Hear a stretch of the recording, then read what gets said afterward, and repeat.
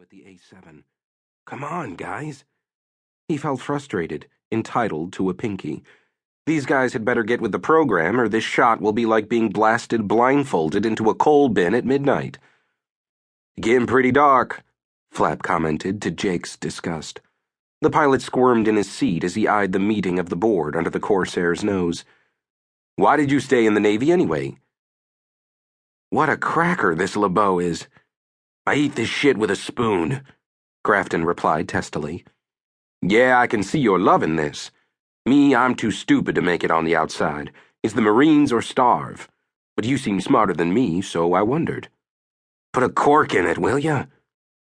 Jake smacked the instrument panel with his fist and addressed the dozen men milling around the Corsair.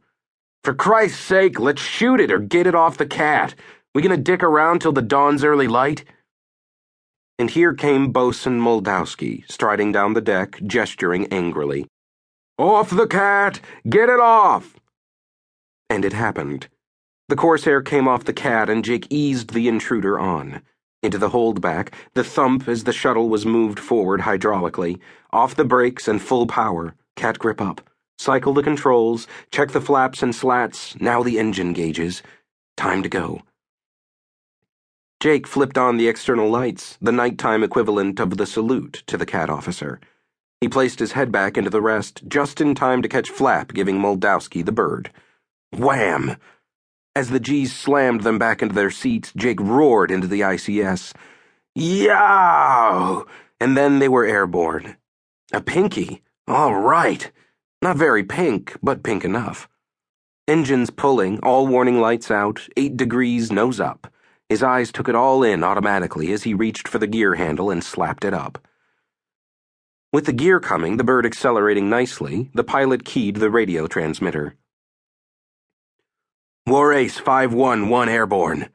Roger, 511, the departure controller said from his seat in front of a large radar screen in air ops, deep in the bowels of the ship.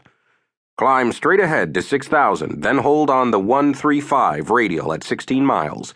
Your push at 17 after the hour. 511 straight up to 6, then hold on the 135 at 16. Jake moved his left thumb from the radio transmit button to the ICS key and opened his mouth. He wanted to say something snotty to Flap about the gesture to the bosun, but the bombardier beat him to the switch. Hey, I damn near ejected on the cat stroke.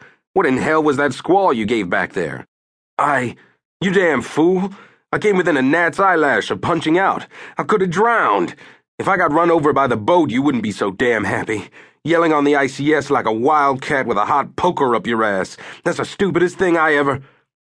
Jake Grafton waited until the flaps and slats were safely in. Then he reached over and jerked the plug on Flap's mask. Silence. Blessed silence. Damn you, Tiny Dick Donovan. Damn you all to hell. The night quickly enveloped them. The world ended at the canopy glass. Oh, the wingtip lights gave a faint illumination, but Jake would have had to turn his head to see them on the tips of the swept wings, and he wasn't doing much head-turning just now. Now he was flying instruments, making the tack and needle go where it was supposed to, holding the rate of climb needle motionless, making the compass behave, keeping his wings level. All this required intense concentration. After 5 minutes of it, he decided enough was enough and reached for the autopilot switch. It refused to engage. Maybe the circuit breakers popped. He felt the panel between him and the bombardier. Nope, all breakers in. He punched the altitude hold button 3 more times and swore softly to himself. Okay, so I hand-fly this monument to Marine maintenance, this miraculous Marine Corps flying pig. He hit the holding fix, 16 miles on the 135 radial, and did a teardrop entry. Established inbound, he pulled the throttles back until he was showing only 2,000 pounds of fuel flow per hour on each engine. This fuel flow would soon give him 220 knots indicated. He knew from experience.